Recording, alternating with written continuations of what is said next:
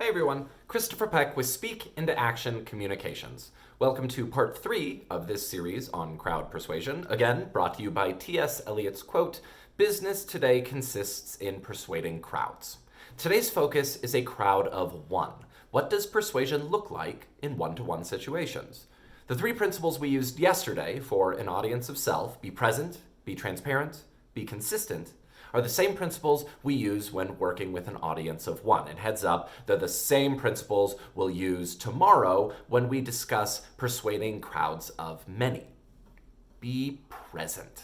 Dale Carnegie was a master at this. If you haven't read How to Win Friends and Influence People, it absolutely has to be the next book on your reading list. If you want to persuade, you have to be interested and engaged in the other person. Talk less, listen more, ask questions, basically shut up and get out of your own way. And to use a great theater term, live in the moment with your other. There cannot be anything more important than the conversation you have in the moment.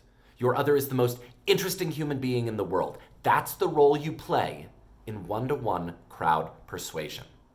Be transparent. Your other has to believe you, and they're not going to believe you if all you do is say it.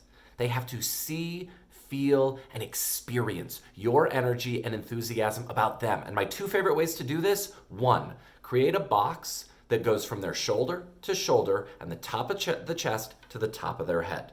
This is your focus box, and your eyes never leave it.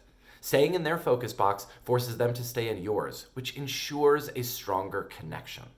And 2, your body language and energy needs to move toward them, not away from them. Use your body language to encourage an attachment.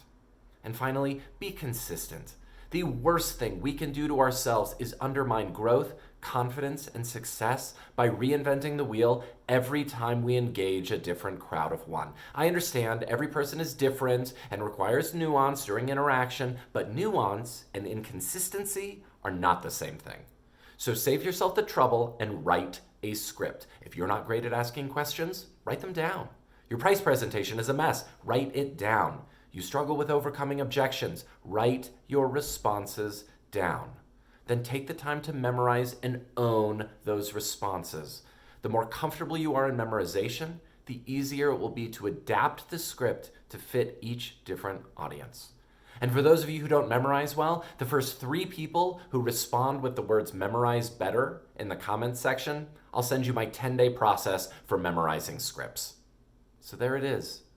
Be present, be transparent, be consistent, go kick ass in your one-to-one persuasion opportunities. Thanks again for watching. This is Christopher Peck with Speak into Action Communications, helping businesses perform better by training better performers. I'll see you tomorrow.